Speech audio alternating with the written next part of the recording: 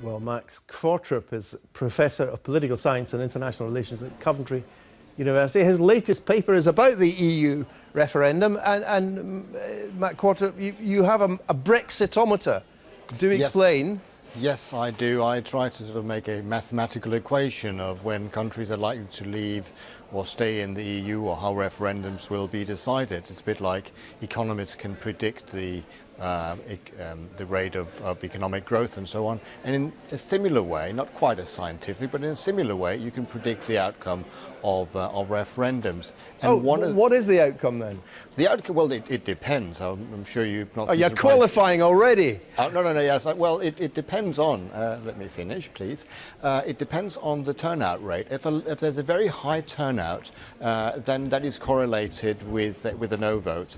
Basically, a lot of people who are not normally interested in politics will tend to be, that's what we know from the 44 other referendums that we have had on this particular issue. If we have a high turnout, then a lot of people who are not interested normally in politics will come and vote.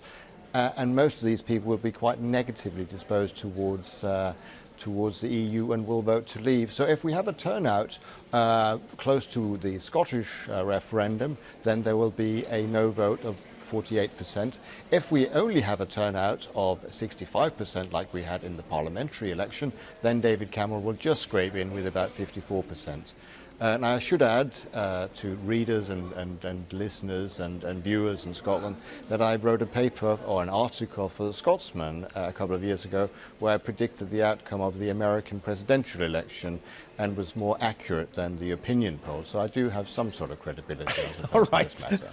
Now listen, what makes you think though, because the referendums that you've looked at in Europe have been about a whole load of different things. They've not necessarily been straight in-out European referendums. What makes you think that you can extrapolate from these past ones, which might have been about specific treaties or about specific measures and things like security, that you can extrapolate for that to an in-out referendum in Britain? Well, of course, we have a couple of referendums that have been in-out referendums. We've had the 1975 referendum here in Britain, where had we not voted for the Prime Minister's renegotiated treaty back in 1975, we would have left the EU. And we also have, more exotically, if you like, Greenland that voted to leave the EEC, as it was then. So we have a number of examples of specific examples. Well, the other one are all to do with whether you really like Europe or not. I mean, most voters don't have encyclopedic knowledge about the various bits of the treaties, but it's basically, do you like a more united Europe, or do you like a less united Europe? And one of the tendencies we've seen, of course you can never compare like with like, then there'll be all sorts of idiosyncratic factors, but it's generally speaking, in most of the referendums, has been about, and the campaign has been about, whether you want more Europe or not more Europe. And then the other thing that we also see in referendums is that it's often about the economy. Now, most politics is about your daily life. Do you want to have higher inflation or lower inflation? And most people will not spend all their time looking at reading political articles and what have you, and they'll focus on the economy. And one of the paradoxical factors we've had also in all of the other 44 referendums has been that if the economy is good, then people tend to vote against the EU, and if the economy is bad, then they feel, well, they probably better stick with it. Even if they don't love it, it might be a good idea just for pragmatic reasons. So your advice to the campaigns to stay in the European Union would be, by all means, campaign, but make it really boring. Yes, and don't get a lot of people to turn out, which might explain why David Cameron, and jokes aside, why he would want to have a vote in the summer where most people would be planning their holidays and might even be away on holiday.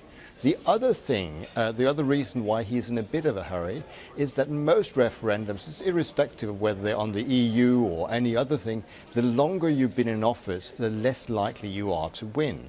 So if we take the Scottish referendum last year, that was held after, I think, the government would have been in office about you know, it was a second term. They'd been in office for a long time. They had disappointed quite a lot of voters, and therefore they were less likely to get the benefit of the doubt. If we go back in recent British history, we take the devolution referendum in 1997. There was only a couple of months after the Blair government had won. They still had that sort of honeymoon feel to them. Whereas David Cameron now is in his second term. He is in danger of being sort of out of the honeymoon period. I know it's only been a Conservative government for about a year, but still the general tendency is that you lose 2%. Point taken. I did want to ask you about something I found very interesting. You found, didn't you, that spending shed loads of money on a campaign doesn't actually mean you're going to win it? No, you can spend a lot of money, but it really depends on how you're spending the money. And what really decides a referendum is not money. I mean, we have loads of referendums. We've had the Irish referendums. Often the Irish have said no to the EU, and when the no campaign has been outspent by a factor of 1 to 20. But the no campaign in Ireland have been able to play on things, have been able to frame the debate in a way that resonated with a lot of Irish voters. But don't you think it's not just about money? I mean, one of the things that will be cheering up the stay-in people in Britain is that if you have, I mean, we had Len McCluskey in this programme last week from the Unite Union saying he would campaign for staying in. The CBI will. It's the fact that right across the board you're going to have politicians, your bosses, and your trade union saying, look, this is really not a good idea, your jobs could be at risk. Well, there is a tendency, sorry if I'm sounding boring like a statistician, but that's what I am. There is a tendency that if you have what I call an elite consensus, if the big and powerful are all in favour of it, then you sort of think twice before you make your decision. But at the same time, we've had referendums in comparable countries like Ireland and Denmark and Sweden, where the whole establishment were in favour of more integration, and they voted no. In Sweden, for example, everybody from ABBA to Volvo campaigned for Sweden to adopt the euro. And the no campaign just basically had a slogan saying, what about my mortgage if we have the euro? And that was able to capture the minds and the imaginations and the... the Swedes defied ABBA, almost unthinkable. Cheer the yes to Europe people up a bit, will you, just to end off with, because you've been very critical of saying there's a good chance of a no vote.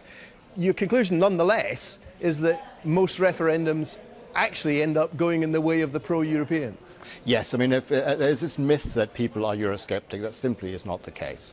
We've had 44 referendums on European matters, and well over 70%, pretty much 77% of them have resulted in a yes vote to more integration. So, and also has done so with large yes percentages. On average, the yes side gets over 60% of the vote.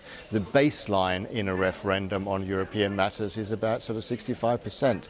So it's for the government to lose that momentum, which they might be doing in this particular case. But overall, if you look at it again, sort of statistically speaking, then the probability of winning the referendum is, all other things, much greater than the probability of losing it. Matt Qvortrup, thank you very much indeed for joining us.